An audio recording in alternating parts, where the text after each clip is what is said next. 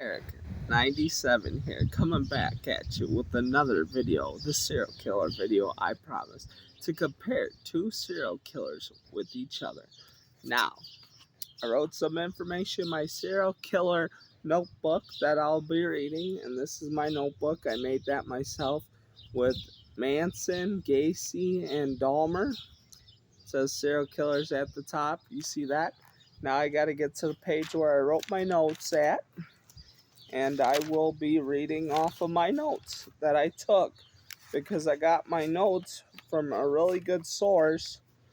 So some of the stuff I already knew about it, and a lot of it I didn't. So I got my information from the Clown and the Candyman podcast on Spotify. It was a good podcast. You should watch it. So the serial killer is the Clown and the Candyman. Well, the Clown is John Wayne Gacy. Now that's a new book I just got myself. Is that John Wayne Gacy book? That's the front of the book, and that's the back of it. This book goes in depth about all of his stuff, and there's a lot of pictures in this book. So by Eric Martin, I would pick it up on Amazon.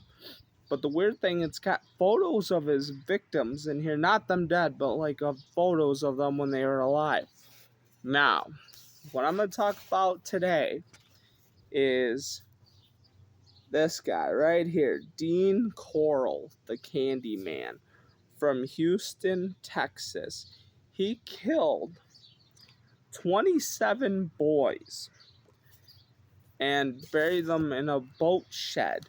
And he had two accomplices with him. He had David Brooks, a guy named David Brooks, and a guy named Wayne Henley that would go get their friends, and bring them to Dean Corll, and he'd kill them. Well, Wayne Henley wound up shooting Dean Corll in the back 6 times and killing him. So he killed, Dean Corll.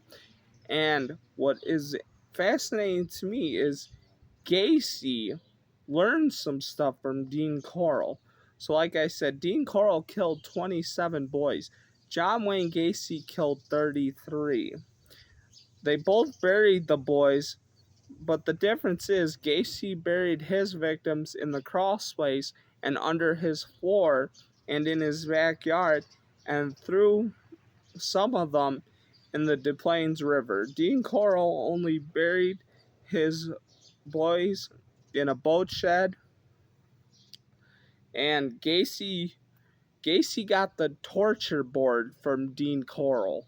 And the torture board was a wood board with handcuffs on it where they would handcuff their victims and they would do whatever they wanted to them, and then they killed them, because even Wayne Henley said once the boys were on the board they were as good as dead. And that's so sad. And another thing that Gacy took from Dean Corll was the handcuff trick.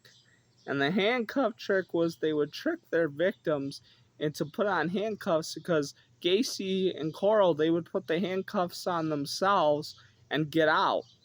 Well, then they would tell their victims, here, put on the handcuffs and you try to get out of them. Well, they'd handcuff their behind their back and they try to get out, and of course they couldn't. And they would ask them, well, what's the trick? And they would say, the trick is you need the key. And they'd be holding the key, and after that they would be attacked and done whatever to, and ultimately killed by these sick people. Now, like I've said before, I'm not condoning anything these killers do. I do these videos on serial killers because I'm interested in learning about them. I'm interested in learning about Gacy, Dean Corll, Jeffrey Dahmer, Charles Manson, all of them. I will be making more videos like this and telling information, and I will be doing a book review after I read some of these books and going through them and telling them what I like about them, what I think of the book. I'm going to be 100% honest about these books, and I'm going to be getting DVDs. So I'm looking for more stuff like that to obtain and read. So, like that Rare Gacy book, I got More Letters to Mr. Gacy. I will be doing a full, review of that book after I read it, and I'll read some more letters. I read one letter so far in my Rare Gacy book, so you should check that video out if you haven't. It's really good. And this is Retro Eric, and I got a new look.